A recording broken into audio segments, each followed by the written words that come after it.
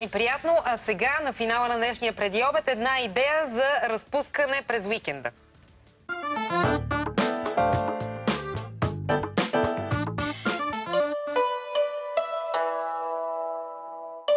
Масажът на стъпалата води началото си от древен Китай.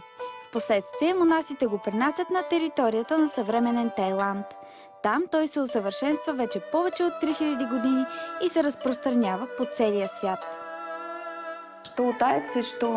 Тайландците имат култ към ходилата и вярват, че енергията започва от земята и минава първо през ходилото на човек. Затова смятат, че на стъпалото се намират най-силните биологични точки и меридиани. Благодарение на тайландския масаж се възстановява общия енергиен баланс в организма. Постепенно се зараждат два стила – северен и южен. Една от най-популярните техники от южната школа се нарича Ван Хо.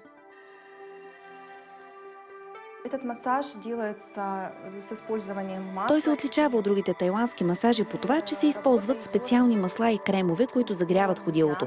Също така се работи по меридианите на крака. Докато в северната школа човекът, който е на масаж, не е седнал, а лежи на матрак на земята и работата върху стъпалото става на сухо. Масажът Ван Хо е съпроводен с отпускаща музика и ориенталски аромати, които допринасят за дълбоката релаксация. Процедурата започва с ритуално измиване на краката. Тайландците вярват, че така се пречиства тялото. Работи се с масло, с крем и с специална пръчка, с която се обработват биологично активните точки на ходилото. Те са много, но с тази пръчица работим върху основните 23 точки, които са свързани с всичките вътрешни органи. Чрез редовната им стимулация може да се повлияе положително на работата на органите и да се достигне до вътрешно равновесие и хармония. Благодарение на действието на масажа се подобряват кръвообращението, както и изхвърлянето на токсините. Препоръчва се при главоболие, хормонален дисбаланс, безсъние. Отразява се много добре и при хора с депресии, защото действа успокояващо. Влияе благоприятно и на половия живот. Обикновено масажът Ван Хо продължава около час и половина. Подходящ е за всички здрави хора и деца на 6 годишна възраст. Но има и някои противопоказания.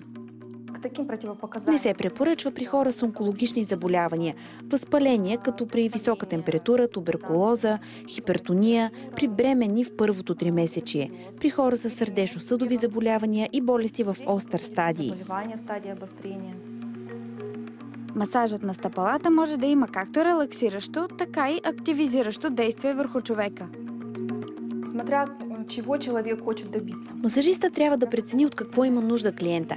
Ако човек дойде сутринта и му предстои цял ден работа, е хубаво да му се направи тонизиращ масаж. Ако дойде вечерта и се вижда, че е изморен, масажът трябва да е по-релаксиращ и успокоителен. Едно обаче е сигурно. Най-приятният масаж е споделеният.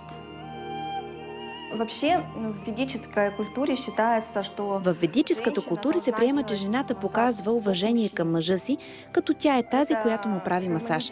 Така се хармонизират техните отношения. По този начин показва, че той има водещата роля в семейството.